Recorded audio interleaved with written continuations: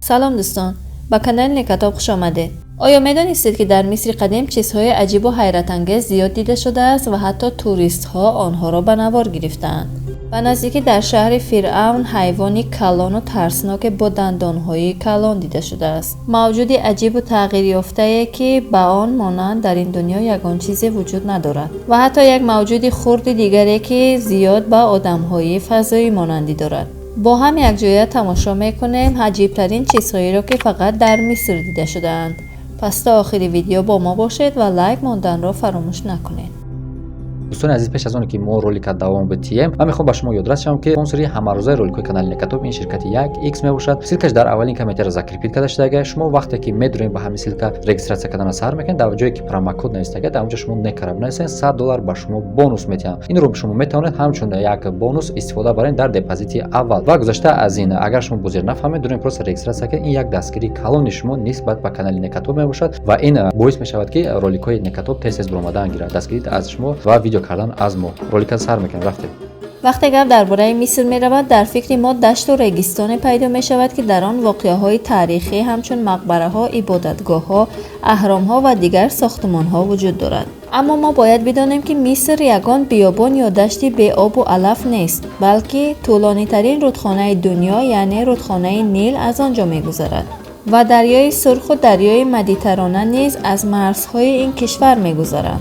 بعضا آب دریاها چیزهای عجیبی را به ساحل میبرند. مثلا سال 2017 در یکی از ساحل‌های مصر موجودی عجیب دیده شد که روی نداشت. مردم آن محل وقتی در ساحل دریا قدم میزدند این موجودی عجیب را دیدند. این موجود دندانهای تیز و کلانی داشت اما شکلی رویش معلوم نبود. دانشمندان نفهمیدند که این چه موجود بوده میتواند و حتی ماهیگیرها هم آن را بار اول دیده بودند. بعضی از آدمان گفتند که شاید یگان نماد مارماهی باشد که در عمق دریا زندگی میکند، اما این نظریه آنها تا حال تایید نشده است. شاید این موجود مارماهی نو یگان موجودی کلانتر و بدهیبت‌تر باشد. در مصر نه تنها شترها، تیمساح‌ها و دیگر حیوانات دیده شدند، بلکه موجودات عجیب و تغییر یافته نیز در آنجا به چشم می‌رسند. ماه اوگوست سال 2015 مرد هنگامی کندن زمینش چیزی عجیبی را می‌یابد. او وقتی کندن زمینش به نفت یا یگان چیزی با ارزش نرسید، بلکه موجودی را با دو دست و پا یافت. این موجود با موی‌ها و چشمان سیاه، شکل رویش سرخ بود اما دست و پایش پنجه نداشت. اولین چیزی که با دیدن این موجود به فکر ما می آید این است که او با آدمان دیگر سیاره ها خیلی مانندی دارد. وقتی این ویدیو در اینترنت پهن شد حتی دانشمندان نتوانستند که نظر خود را بیان کنند. اما کسانی که در اینترنت آن را دیدند فکر و نظرات خود را بیان کرده گفتند که شاید یگان موجودی زیر زمینی باشد و یا یگان نوزادی تغییر شکل یافته انسان باشد. بعضی دیگر هم گفتند که این یک رسمی منتج شده است. شما در این باره چی فکر دارید؟ انقلاب و جنگ‌های داخلی سال 2011 در مصر تغییرات زیادی را به بار آورد. در یکی از همین اعتراضات سال 2011 موجودی عجیب دیده شد. در یکی از صحنه‌های تظاهرات آخر سال 2011 یعنی همان وقتی که رئیس جمهور می‌خواست از کرسیش برکنار شود، در بین جمعیت یک موجودی سبز رنگ عجیب دیده شد. بیشتر مردم گفتند که این اسبی که بر آن موجود سوار است شاید اسب آخر زمان باشد. این ویدیو در شهر قاهره ثبت شده است و این موجود عجیب بر اسب سوار به آسانی از میان مردم گذشته می رود. بعد پخش شدن این ویدیو در اینترنت بیشتر مردم گفتند که این صحنه منتج شده است. اما بعضی دیگر از مردم گفتند که این نشانه های آخر دنیا می باشد.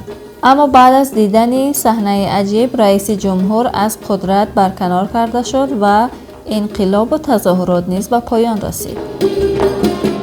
این صحنه در یکی از بیمارخانه‌های مصر ثبت شده است. مرد به بیمارخانه وارد می شود اما حادثه روی نمی دهد. پس از ثانیه این در خود از خود گشوده می شود و وقتی محکم شدن در موجودی عجیبه در شیشه این در دیده می شود. مردم می گوید که شاید این روح آدمانه باشد که در این بیمارخانه از دنیا گذشتند و در آینه در تصویر شدند. در کشور مصر نه تنها موجودات عجیب مردم را حیرت زده می کند، بلکه جسم‌های باستانی زیاده دیده شده است که مردم را حیران کردند. در ادامه برنامه درباره همین کشفیات گپ می‌زنیم که مردم با دیدن آنها حیران شدند. شاید شما نیز به مثل ما این کشفیات را بار اول می‌بینید. شاید شما درباره اهرام سه‌گانه مصر شنیده باشید، اما نمی‌دانید که در زیر این ساختمان‌های عجیب چی را یافتند. مثلا یک قرن پیش مردم در زیر این ساختمان اهرام‌ها کشتی آفتابی را یافتند. کشتی که 4,500 سال پیش ساخته شده بود. کشتی یکم را سال 1954 یافتند و کشتی دوم را سال 1987. کشتی دوم نسبت کشتی یکم خردتر بود. میگویند که جسد فرعون توسط همین کشتی ها از منفیس به گیزه انتقال داده شده است. اما بیشتری باستانشناسان میگویند که این کشتی های آفتابی عملا استفاده نمی شدند. آنها را به آن خاطر ساخته بودند که در آن دنیا فرعون به واسطه این کشتی ها به نزد خدایان رود و در آنجا از آن استفاده برد. هرم های مصری شگفتی های زیادی دارند. مثلا اهرام های مصر از پیچ و خمی ها و دهلیز های عبارتند که اگر کسی به درون آن درآید شاید راهی برآمدنش را گم کند. برای گذشتن از یک هرم و رسیدن به اهرام های اصلی راه های دراز و طولانی است که یافتن آنها خیلی مشکل است. اما یک مرد مصری با نام نجیب بختش بلندی کرد، چون که وقتی که زمینی کشاورزی اش را بیل میزد یک سنگ کلان را یافت که با برکنار کردن آن سنگ راه به سمت هرمی چیزی یافت. این کشفیات او خیلی بزرگ به حساب می رفت. دانشمندان می گویند که این راهی است که هرمی کلانی چیز را به ساحل نیل پیوست می کرد. نسبت توتانخامون پسیونیس یکم زیاد شهرتمند نبود، اما مقبره پسیونیس یکم را به نزدیکی یافتند که از مقبره توتانخامون یگان کمی ندارد. مقبره‌ای که پسیونیس یک را در درون آن قرار دادند از نقره ساخته شده است. جالب است بدانید که قدر نقره در زمان مصر قدیم از قدر طلا بلندتر بوده است. در مصر باستان می گفتند که طلا گوشت خدایان است، اما نقره استخوان خدایان است و در همان زمان نرخ نقره 2 برابر نرخ طلا بوده است. البته یک سبب دیگری با ارزش بودن این نقره نسبت طلا این بود که طلا را در یک سال تا 40 تانه تولید می‌کردند، اما نقره را از کشورهای بیگانه می‌آوردند و خیلی کمیاب بود. مقبره نقرگی پسیونیس یک دلالت بر شهرتمند و ثروتمند بودن او دارد.